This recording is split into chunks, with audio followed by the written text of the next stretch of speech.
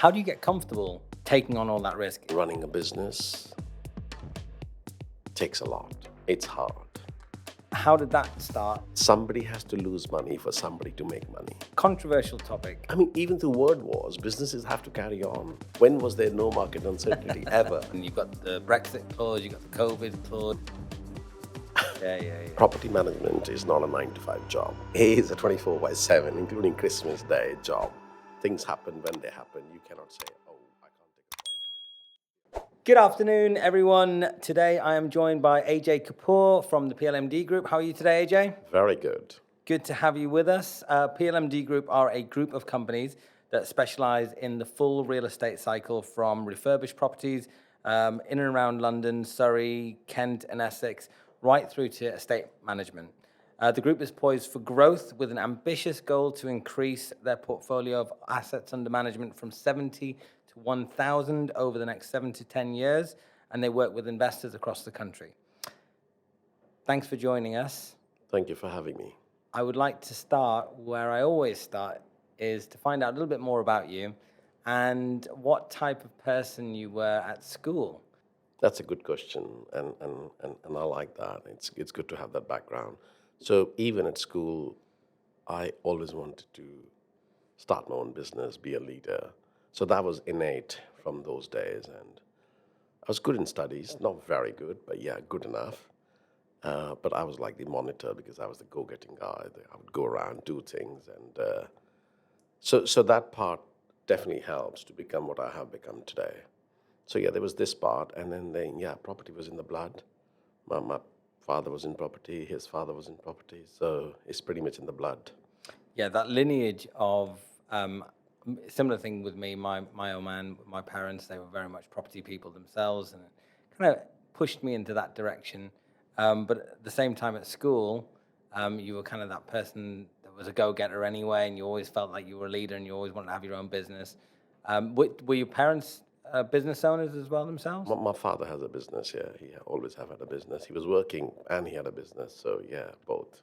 He did both. They say that there's a higher probability that if your parents were into business, that you would one day also follow it through into business. So that does make sense.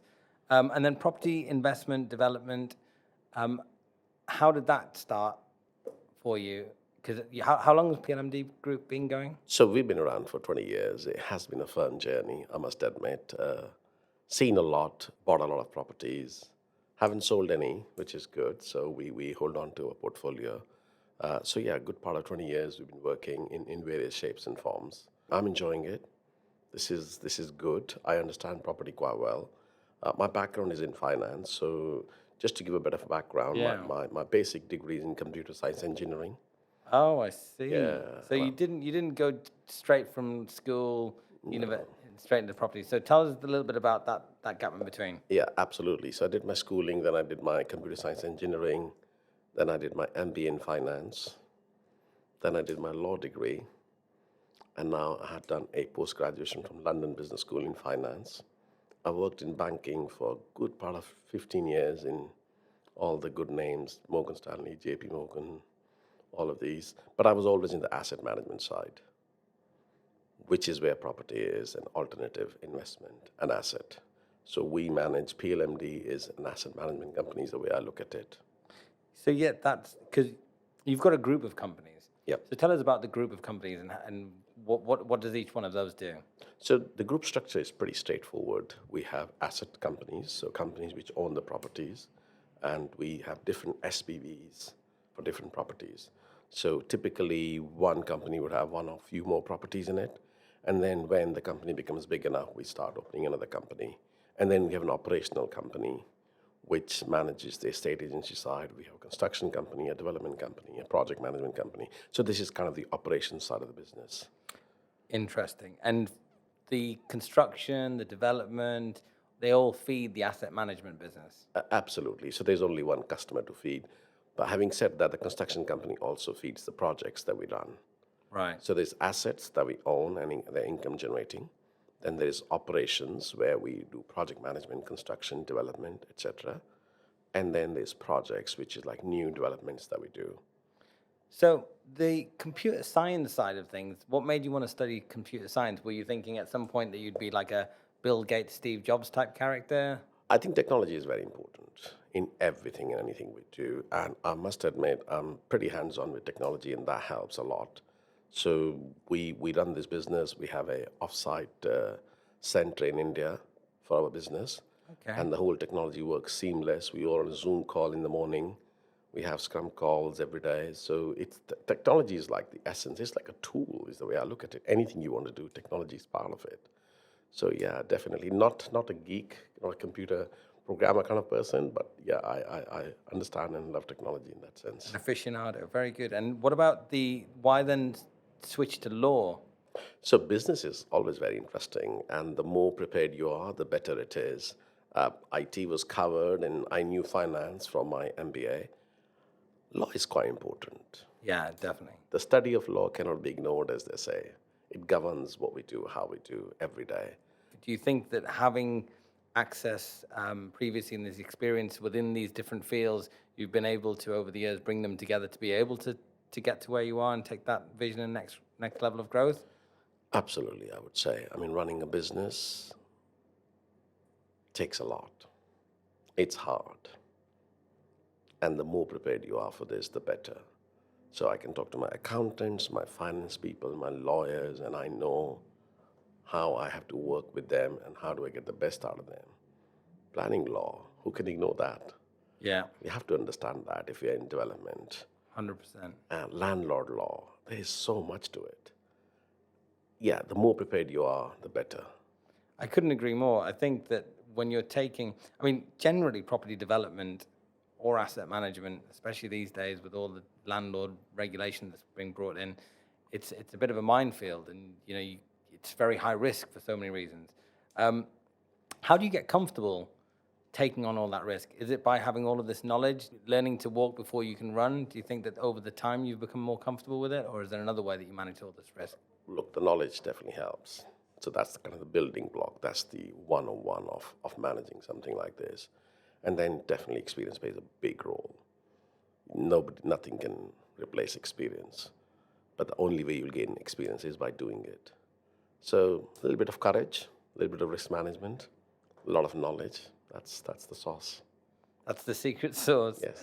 And investing, I mean, you mentioned that you invest locally. We're based in London. We're filming this out of your office in East London, and all of the properties that you're developing, they're in London, Surrey, Kent, Essex, all the surrounding areas. Has there ever been a sense that you might want to expand further out? I mean, is there any reason why you don't invest or develop in Manchester right now, for example? I mean, there's no reason. I mean, this area serves us well. I like to go to the sites. Anything which is within 2 hours driving distance seems like a good thing to do. Otherwise, you can spend too much time and lose a lot of control. Having said that, as the team expands and as the business expands, there's no kind of limits to where we should stop within 2 hours of driving distance from here. But that's kind of the current thought process is we need to be able to manage these sites. I need to be physically be there, boots on the ground. And when things get too far, there is a loss of control that happens. With all the technology, we have construction cameras on our sites. We have people who are sending images every hour. But still, it's good to see it with your own eyes. Let me just touch on that. You actually have construction images being sent to you from each development every.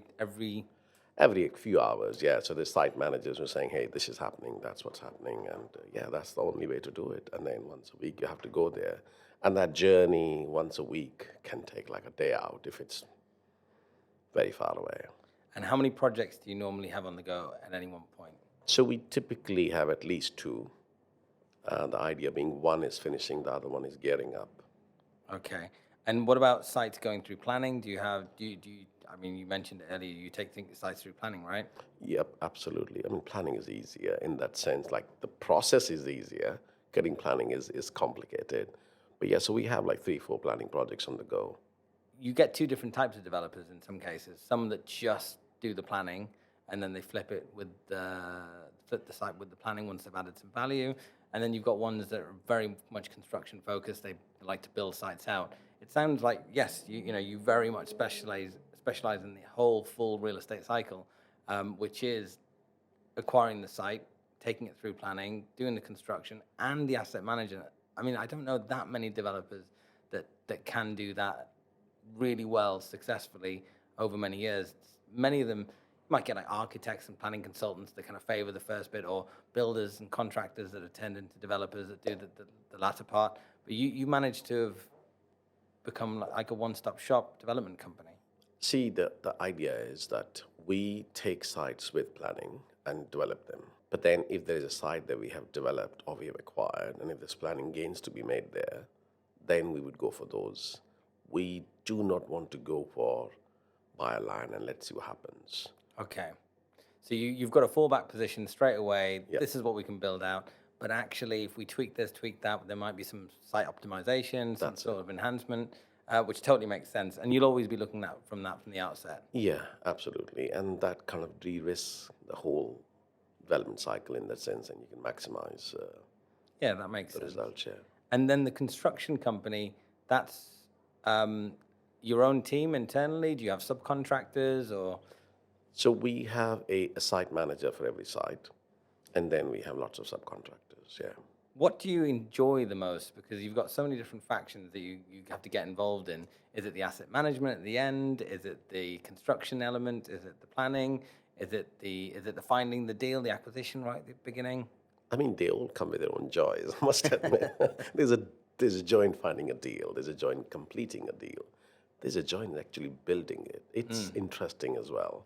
And then there's a joy in completing it. And then you have tenants moving in. So I'll give you an example. We built a site in Sudbury. Yeah. It has 19 flats. It was a joy to kind of complete the deal.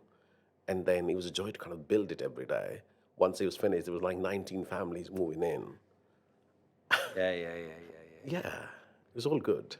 I find that myself personally, actually. I remember growing up in Durham in the Northeast where I always wanted to be a property developer. My best friend's dad was a big property mogul, and he used to do some developments, and we used to go around painting, decorating. And it was always that end product that I really, really thought, wow, we've taken this derelict building, this absolute rundown shithole, and it's now like this most beautiful thing, and you see these people, these young families, young professionals moving into this lovely place. That's the part that I get the most satisfaction out of. You've got 70 properties under management at the moment. That's no small number. Do you get involved in the day-to-day, or do you have a full team that manages those properties, make sure that they're let, make sure that the gas safety certificates are all up to date? I think this is where technology plays a big role. So everything is kind of automated. So we have reminder systems which tell us there's people who pick up those things and run with them. But then I'm here for escalations, and that's how it should be, isn't it? Do you get a lot of escalations with 70s? Hopefully not. Hopefully not. Hopefully the team would look after everything. And I'm blessed in the sense that there is a good team. There's people who are responsible, who take things on their own, and they make sure it never gets escalated because they feel as if they have not been able to do their job when something gets escalated. So, yeah, I mean, if you have a good team, things work out. And you mentioned as part of the team that you outsource as well to another country. So what sort of, we hear it more and more every day, people using VAs in all corners of the globe, whether it be South Africa, the Philippines, or India, or this, that, and the other. Is that something along the lines that you've got people working on kind of administration tasks? I mean, we have our own office. So this is PLMD India. There's a team sitting there doing this. This is part of our team.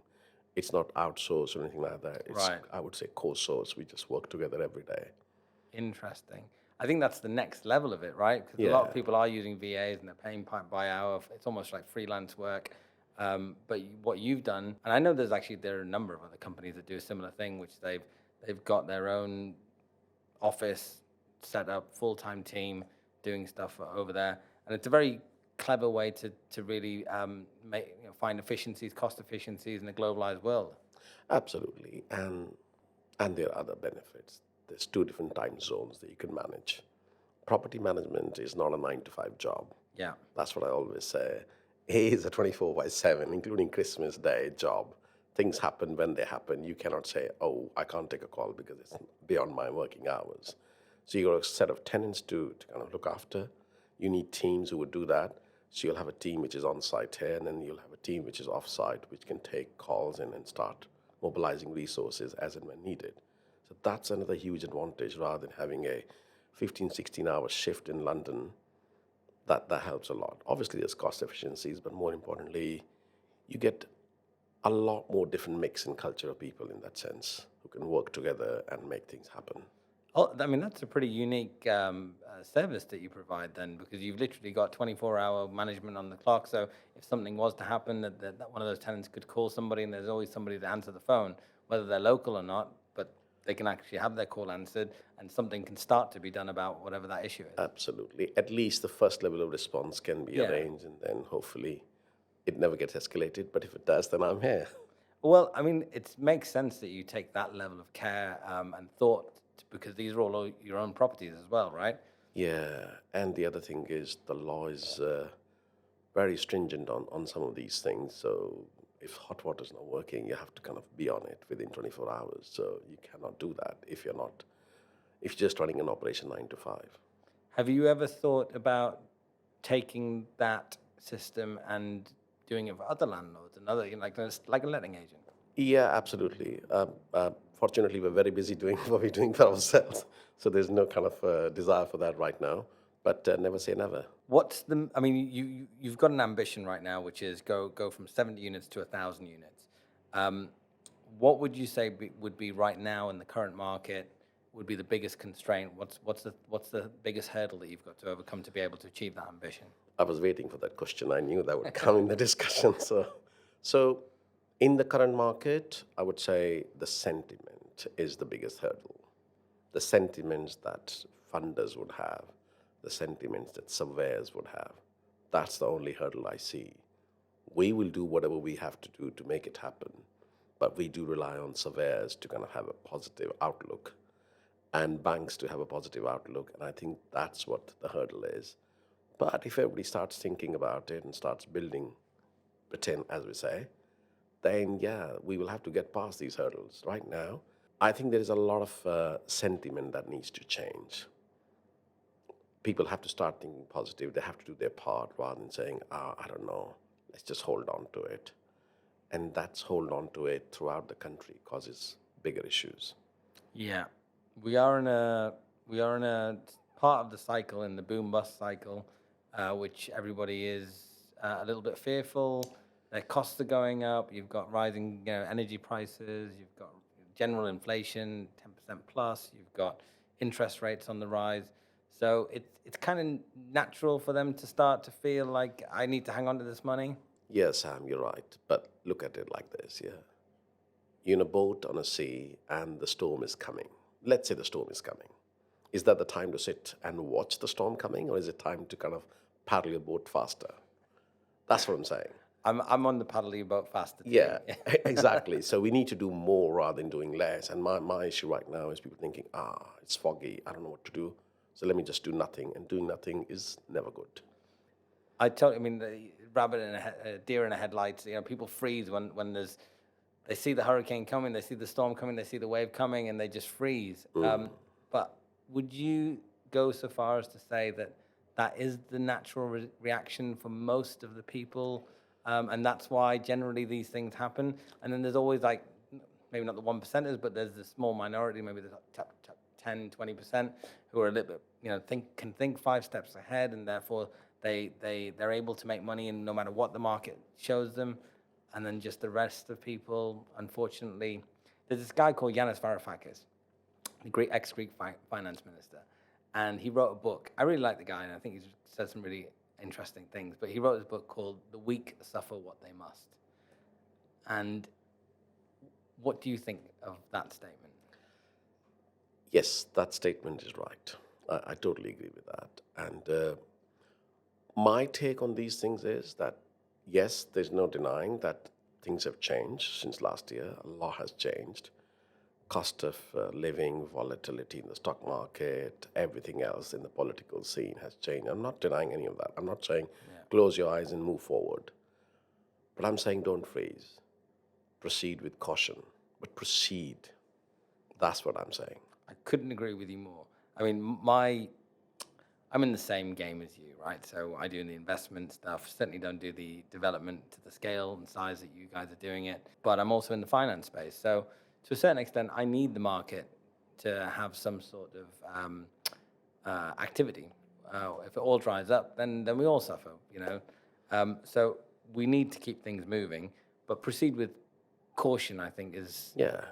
In what ways can people proceed with cautions? What sort of things they should be doing? So, for example, one of the things that I always think about is stress testing.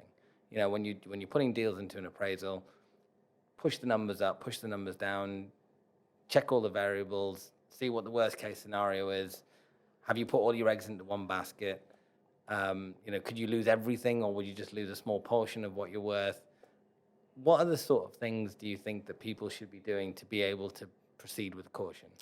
I'll give you an example from our side. Yeah. So if we do a lot of projects, so let's say we do 20, 30 flats in a year, we'll probably do only 10, 12, 15. But we will not stop. We will proceed with caution, and that's what I mean. And as you said, stress test a bit more. But don't prepare for the worst case, please. Please don't. Because if everybody starts preparing for the worst case is what we're preparing for, isn't it? So, yeah, don't prepare for the worst case. Worst please. case is Armageddon and the whole world Yeah, comes. and World War III. Yeah. Possible. Yeah, everything is possible, but then, I mean, even through world wars, businesses have to carry on. True. We are reliable businesses. People are reliant on us for services. People are reliant on us for jobs. Economy is relying on businesses. If everybody just said, "Oh, let's just put a stop. Let's prepare for the worst case," really? Yeah, literally. If everyone sat on their hands, it would be a race to the bottom, and that's not what we need. Yeah. The world definitely needs more people like you as well to be able to keep things moving, because I think that there's an element of being fearless, but at the same time pragmatic and experienced. You know, you've probably been through a cycle or two. You went through 2008 if you've been running already 20 years. Absolutely. And you came out largely unscathed. You probably see what happened to those people. Even if you haven't necessarily been through those things, that's what the history books are there for. That's what now YouTube and all it's all well documented. So you can do your research, see what went wrong, see what they did that caused them to go under, and try and avoid to make the same mistakes. Yeah, absolutely. Look, and the other thing that I would say is, if you look back into the history, and I was interestingly looking at a survey report, evaluation from a surveyor that was done like 3 years back, and the guy was saying, 3.5 years back, and the guy was saying, "Oh, because of Brexit, there's a lot of uncertainty. I cannot really put a good value on the property because of the market uncertainty." I was like laughing, look. And then there was another survey done around COVID times, and the guy was like, "A lot of uncertainty. COVID is around the corner. It's happening. We don't know what's going to happen." And now there was another survey done recently, and I was looking at that guy saying, "Oh, too much volatility in the market. We don't know what's happening. Ukraine war." There's always going to be something, isn't it? There's the clauses that these valuers put in. You've got the Brexit clause, you've got the COVID clause, you've got the mini budget clause, you've got every clause, Yeah. and every year or two that they have a caveat. And they will always be. When was there no market uncertainty ever? You know, since 2008, we've been waiting. Oh yeah, 2018, 10-year cycle. You know, we used to have these 10-year recession cycles, yeah? Of course. 2018 onwards, yeah, recession is going to happen. Then Brexit happened, then COVID happened, and now maybe recession is going to happen, is what they're saying. But my advice, again, would be, let's keep moving forward. We have to. They say that life is like riding a bicycle. You Yeah. have to keep moving forward to keep balance. Absolutely. I mean, I totally agree with you. I saw a headline in the newspapers the other day which said we are going to have the longest recession in history, or something along to that effect, which it may or may not be true. But the way that I interpreted that, well, okay, but there will be an end to it. It's not like we're going to be in recession forever. And so we just have to learn how to navigate through that. So you work with investors, which is a very, very, I think, important part with property development, because it's such a cash-intensive operation that working with investors starts to become part and parcel of what you have to do. What would you say are the pros and cons of working with investors? Ooh. I would start with pros first. You can tell I'm a positive kind of person. This episode of Property People was brought to you by Merriock's Property Finance. Merriock's Property Finance is my company. I'm the managing director and founder. We launched August of last year. We provide finance for SME property investors and developers across the UK. Everything from bridging to development finance to whatever your exit might look like. If you're going to hang on to the properties, from commercial term loans, buy-to-let, holiday lets, service accommodation, etc. We are investors, developers, landlords in the background. We have been lenders. We have been estate agents. So we very much know the value chain. We very much know what you go through, the highs and the lows, and we want to share them with you. So if you are looking to make an investment, if you are looking to refinance something, if you are looking for funding for any of your property investments, please do reach out. We'd love to hear from you. The biggest positive is there's other people's money involved in your projects. Yeah, I mean, the kind of investors we work with, we often give them income investments. So I won't spend a lot of time on that here, but we have assets which generate rent. So we share part of the rent with our investors. For us, investors are very, very important. So we don't want to put them into any risky projects. So we de-risk the whole investment. So I'll give you an example. So we have a project where there's like 9 flats and a shop, all rented out. We take one of the rental income from that stream and offer it to our investors. So investors know they will get their returns. Yeah, so this is a de-risk investment. What investors bring to the table is not just money. They bring experience. They bring thought process. They would advise you. They would tell you, hey, what have you thought about this? What do you think about this? And that check and balance is often a good thing. So this is the good part of it. You've asked for a con, so I have to come up with a con, but I would say you have to be answerable to them, which is not a bad thing again. But yes, you have to be answerable to them. You have to spend cycles from your work life answering emails and questions and making sure they are informed. And that takes a lot of effort and time. But if you keep the communication on, that can only be a good thing. Yeah, I think that's all pretty fair. Yeah, I mean, Yeah. the big pro is that they add some liquidity to your business, which means you can do more things. Another con is that they are able to give you some sort of sounding board to Yeah. say, have you thought of this, or that sounds risky? You've probably done enough due diligence at your own project, but there's always that chance that another set of eyes might be able to highlight something that you might not have thought of. Absolutely. Or you might not have put it in the deck, and okay, it's actually relevant that other people want to see it. So that's quite important. The con of it's just an extra workload, basically. It's an extra thing that you've got to manage in your business. But that extra workload actually helps in the sense that you go through your stuff one more time.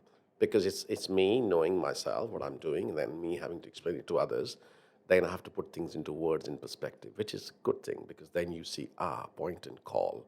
This is what I'm doing. This is why I'm doing it. And then you have to explain it, which is very important because anybody can be blindsided. But we love investors. They're fantastic people. They bring more investments. They bring liquidity to the business, as you said. But more importantly, they bring experience. They bring wealth of knowledge. And sounding board. It's never easy to manage those relationships in the grand scheme because inevitably when you're doing investment, there's some risk, like where there's no risk, there's no reward. And sometimes you have to make sure, maybe, is there a vetting process that you have to make sure that those investors understand what you're doing in an absolutely worst case scenario that, there might not be a return on investment? Because I think sometimes investors think that, well, we're working with somebody very, very experienced, so we are going to get these returns, and they've already spent the money all in their head. And sometimes they're not.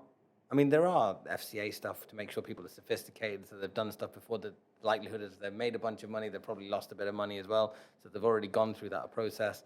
And I think, to be fair to say, the kind of investments that you're talking about, all income producing assets, pretty, in the grand scheme of property, they're very low risk and healthy rewards, I think, is what you provide. Absolutely. So we do not come up with investments which would have an element of huge risk in them. So we would come with investments. So we have a development with 19 flats, all of them rented privately. We vet the tenants. We know the tenants by their first names. So we know who we are allowing into the building. So we know our rental returns are quite assured. So we take a part of that income and offer to investors. We have these products on platforms where we're giving 12% return, which is very healthy. That's brilliant. And from rental returns. So I don't want to say what can go wrong, but pretty safe, as you said, yeah? We have insurances on the properties. We use a major insurance company for all of our property portfolios. So there's insurance. We vet the tenants ourselves. We get the rentals, and from these rentals, we give income to the tenants. This, I mean, if I say my family members have to invest in it, that's how I look at it. They should feel safe about it. I should feel safe about it. I know what I'm promising them. Before they get into this, they know what they're going to get out of it, and they get it. So in one of our investments with investors, we have promised 12% dividend. We have surpassed what we promised in the last 2 quarters. So in this market, this is great.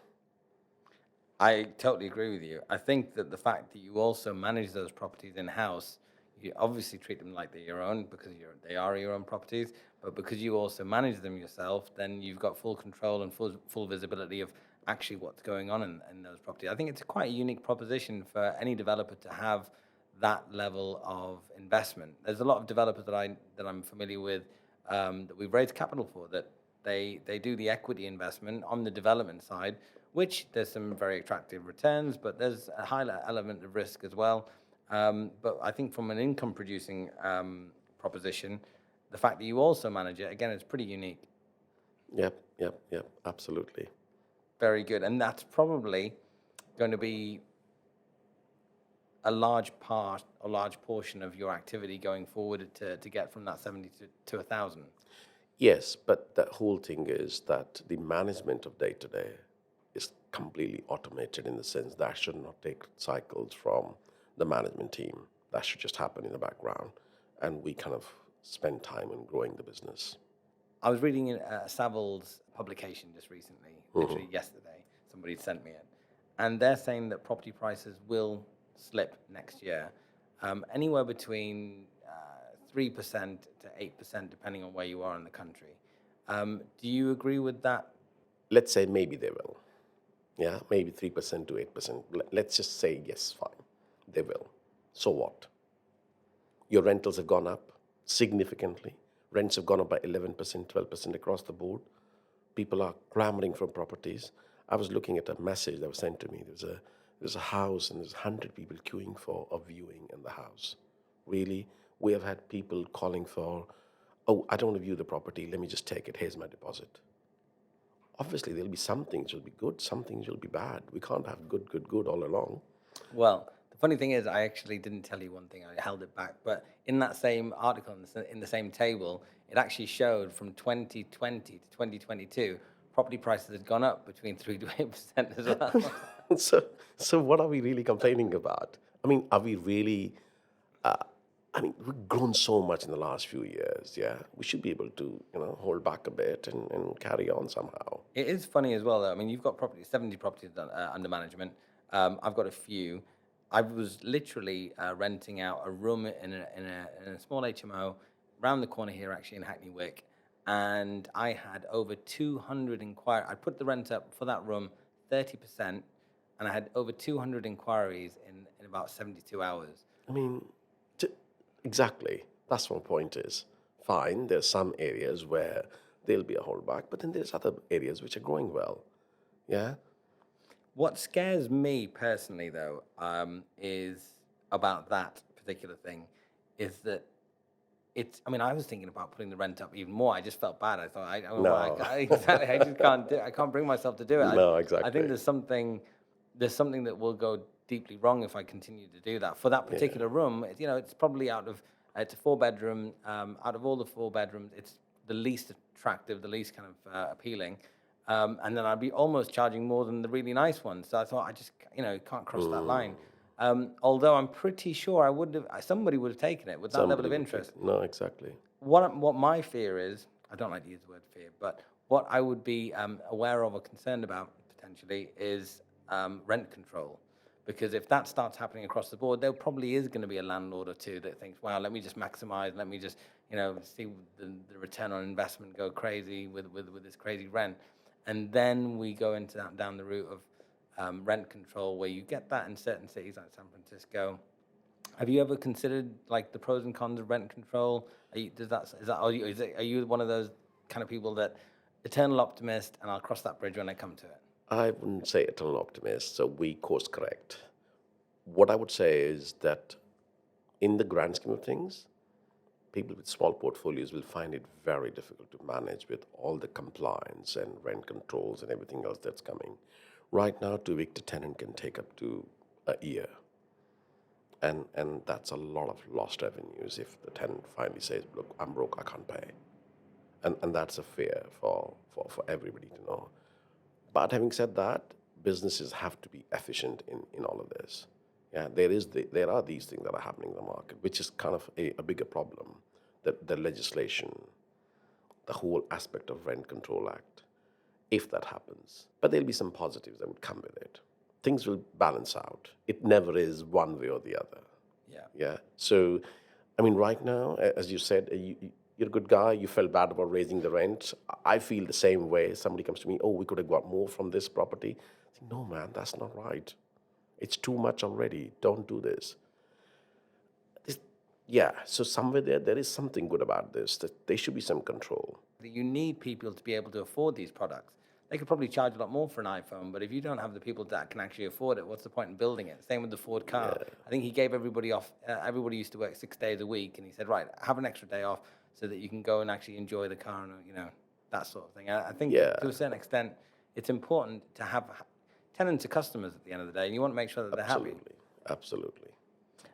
What portion of, do you know what portion of your tenants are students, young professionals, families? Do you have any students, for example? So we do have students as well. Yeah, we have young professionals. Yeah, it's a great mix from families to everything. We have, as I proudly say, we have something for everybody. And do you do all single lets, or do you do HMOs? Do you do any short-term let style stuff? So we have HMOs. We have done some Airbnb here and there, but not much. Too much work in there. And the rents have gone up so significantly, you don't need to do anything. You just need to just maintain the properties well, look after your tenants, and yeah, just do a good job every day. And how about the mix of tenants between commercial and residential? Are you more residential? Yeah, we are. Is there a reason for that you've kind of gone that way? We're pretty much residential. We have always been. I think residential tenancies make a lot more sense, although the legislation is changing significantly.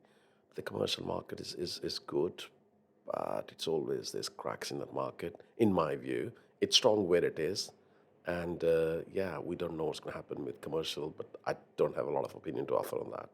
Yeah, I think, generally, the developers that you find across the landscape lean towards residential because it gives you a little bit more certainty. Everybody needs somewhere to live, whereas commercial can be a little bit more volatile depending on what's going on in the economy. But you mentioned you have a mixed-use freehold, so I guess it's a kind of opportunistic. If it comes with part of the development, you'll take it on board. Yeah, no, absolutely. If there is a commercial element, then yeah, we will take it on board. The intention is to stay residential. Absolutely. And we've got this affordable housing crisis. Again, it gives you that demand, which is what you need to make sure that you can grow. Yep. Inflation has been pretty high recently. Is there anything that you do to be able to manage build costs? Yeah, so as I said, we have site managers on sites. We manage our construction projects in-house. We buy all of our material in-house. So we have a lot of cost control. We always have had that, not just because the construction cost has gone up. We always have had that. So it's a well-oiled process in that sense. And that's what you can do. You can work more closely with the suppliers and say, look, we've bought so much, and get some discounts from them. But that's about it. But yeah, prices have gone up significantly.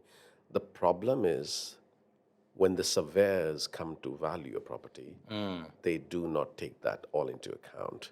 They take into account what the house next door sold, which was built like 5 years back. And that thought process needs to change. I think the other issue is one that I've been experiencing recently is developers like yourself who've got in-house expertise where they can procure labor and materials at very, very cost-effective prices. They can do contract management approach so that they can keep their costs down.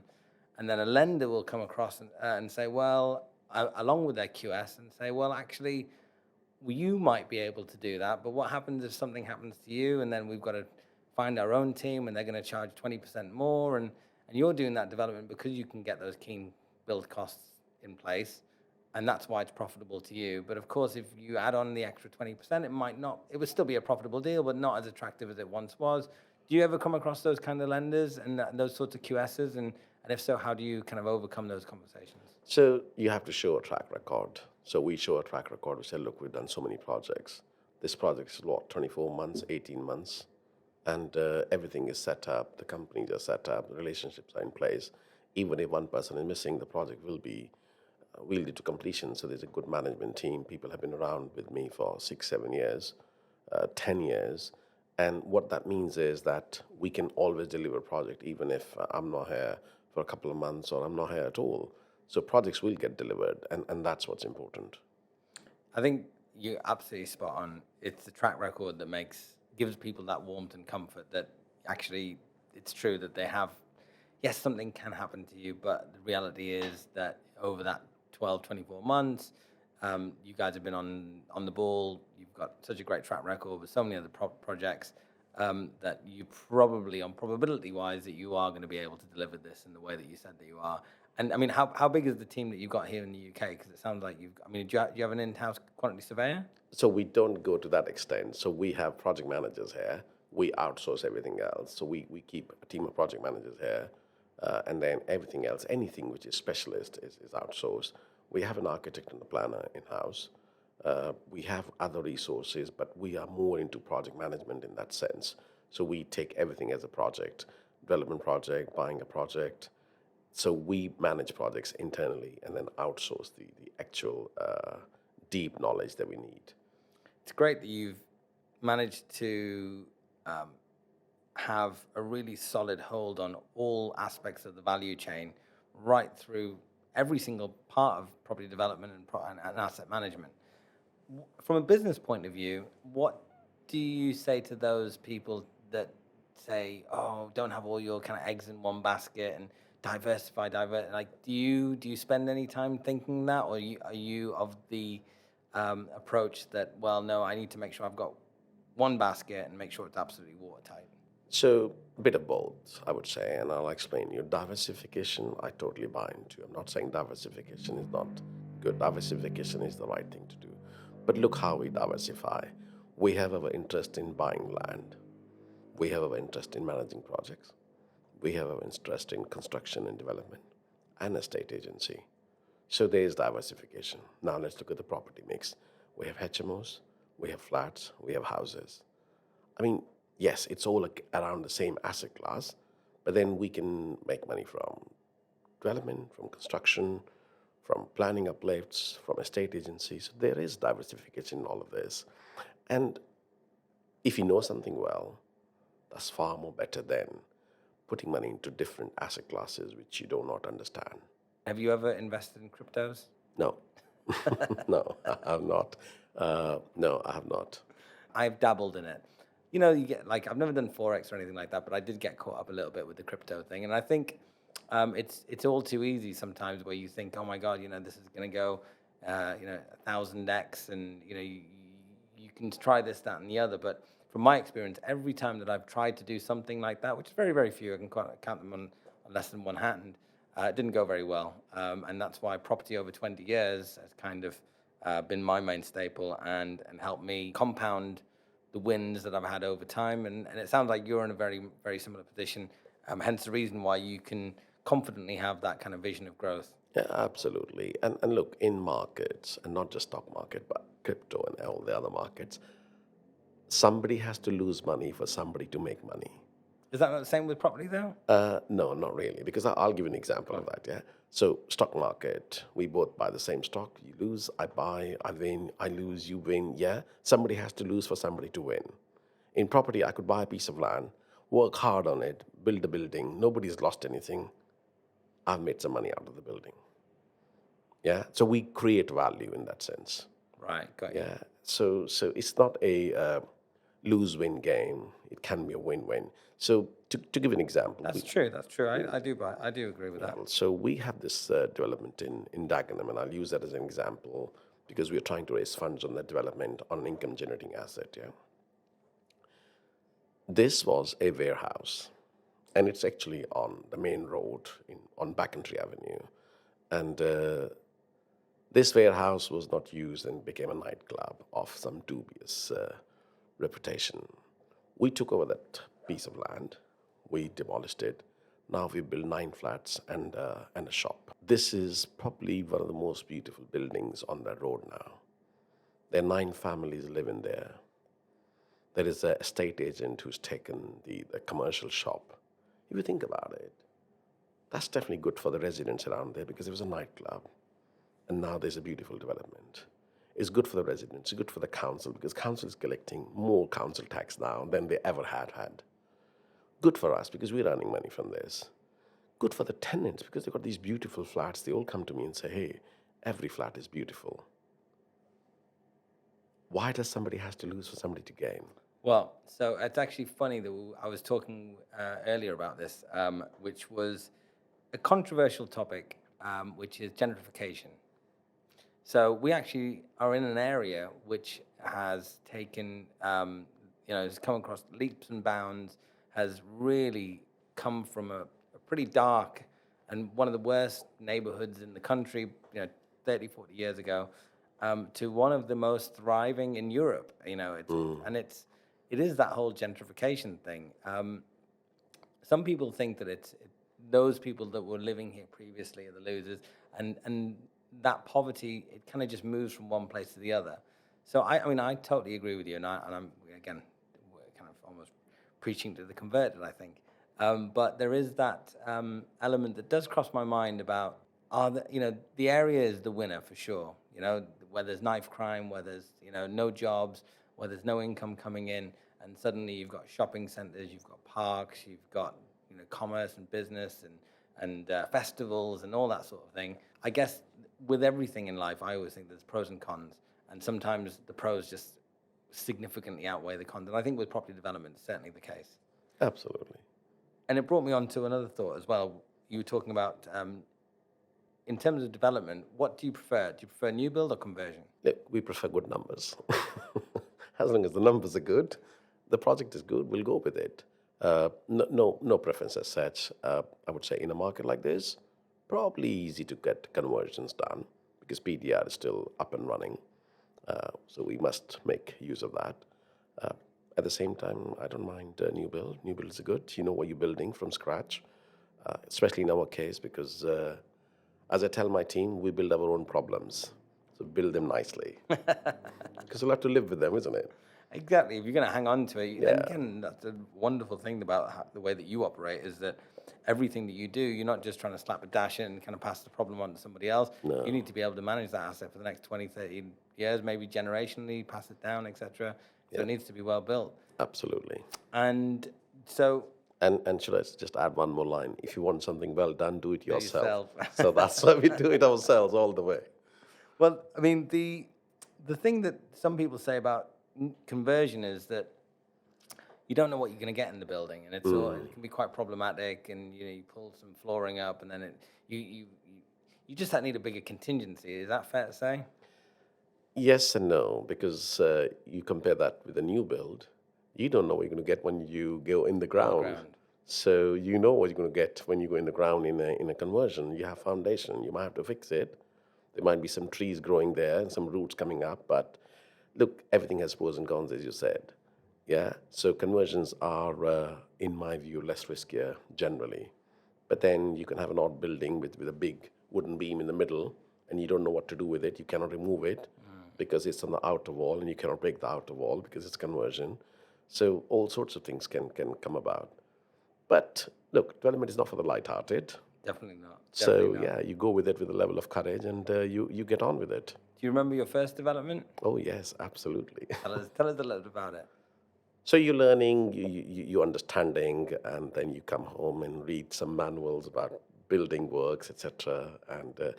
But I think every problem that you have, if you have a lot of good people around you, even for the first development, that doesn't, I mean, it's your first development, but you are surrounded by people who've done it for yonks. So you have surveyors, you have architects, you have civil engineers, you have site managers who've done it for so long, and you just have to sometimes listen to them and understand, okay, so this is the problem. I firmly believe there's very few problems in development which nobody else has seen.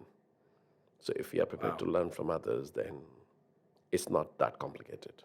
Nothing is impossible, and most likely somebody's already fixed that problem Somebody's somewhere. fixed it, yeah. And then there's always Google. But what was the first development? Was it like a one-bedroom flat that you refurbished, or was it? So yeah, this was a 2-bedroom flat that I refurbished. Yeah, yeah. And was it in around London, Essex? It was in around London. It was in Barking and Dagenham, which is funny you say that because I thought I knew nothing and I'm learning, and that was 1996, and I thought I don't know enough. It's all a learning process. I made more money on that than anything else.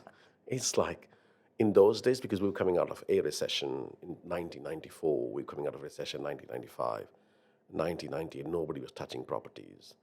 You could buy a property in Barking and Dagenham for 40, 45K, 2-bedroom flat. Now they're like 270K, 280K. So did you sell that one? I have not, no. Oh, you actually held on to Yeah, it? we never Wow. sell. So what I'm trying to say is, even though at that time I knew nothing, I was like, oh, really? Should I be even doing this? If you look at the numbers in those days, they made perfect sense. But because nobody else is touching it, you start thinking, you know nothing. All these people who know so much are not touching it. What's the catch? The catch is people get pessimistic. Yeah. People start thinking, when the night comes, there'll be no day again. That's what happened. And that was the first time I was investing into it. I didn't know this at that time. But now I can safely say, yes, there will be night. Maybe there'll be another night. But yes, the sun will come out. After the rain, the sun always comes Yeah, out. absolutely. You know, it's what was it? Winston Churchill says, "If you're going through hell, just keep going." Absolutely. And I don't really think there is any hell. I don't think, honestly, I don't think it's that bad as people are making it sound. No, it definitely. I mean, I remember the 2008 headlines, and it was always World War III. Literally, they were talking about that then. They were saying that it's going to get worse before it gets better. No one knows how long it's going to take. It's like the 1929 Depression, and that took like 7 years. And this, and like comparing to all sorts of crazy stuff. But 2 years later, we had another property boom between 2010 and 2015, Yeah. which I didn't know enough about economics at the time to be able to see that coming. But it certainly happened.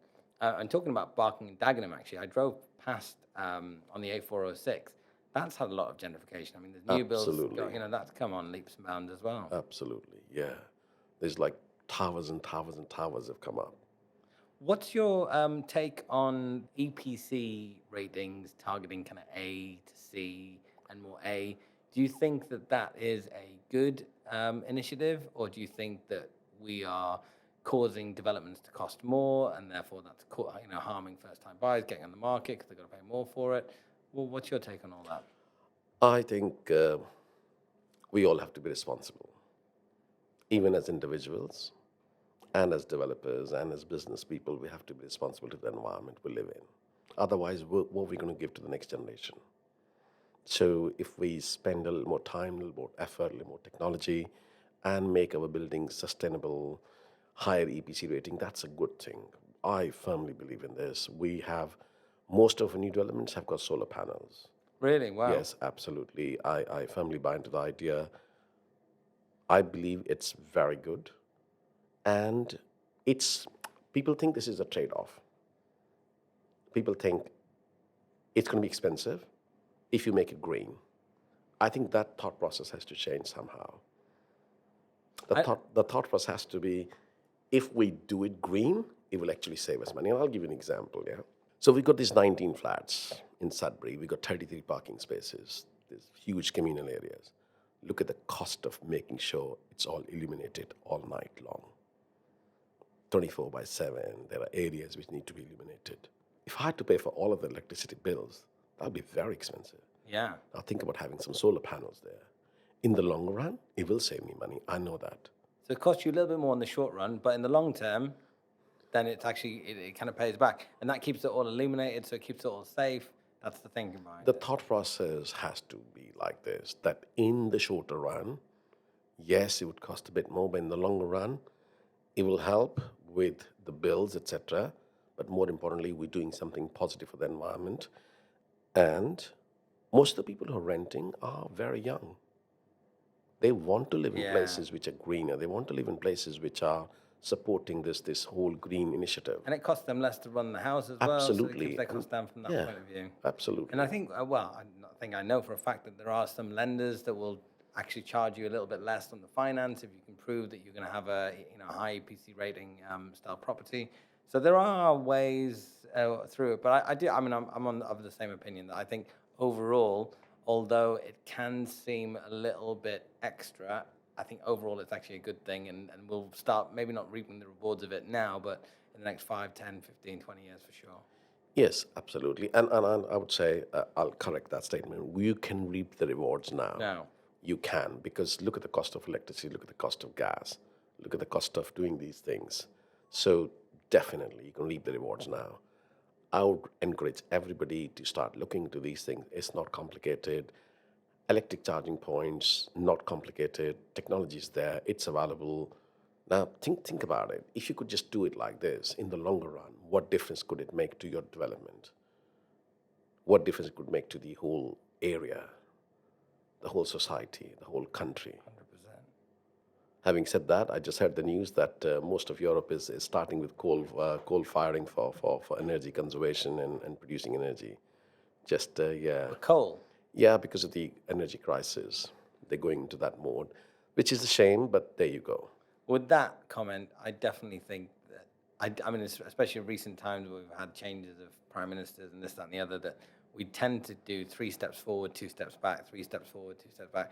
It's general progress, no doubt, but sometimes we're all making it up to a certain extent as we go along, and some of us make it more apparent than others. I think the UK government have definitely been doing that for us. Before we wrap up, AJ, and honestly, I think there should be more developers out there that are like you, that are as passionate and experienced as you are, a fountain of knowledge when it comes to all aspects of property development. This podcast is called Property People. So from your point of view, what does it take to be a successful property person? Oh, there's a long list, but I'll start with courage. Definitely. You have to have a lot of courage, and then everything else you can muster and find.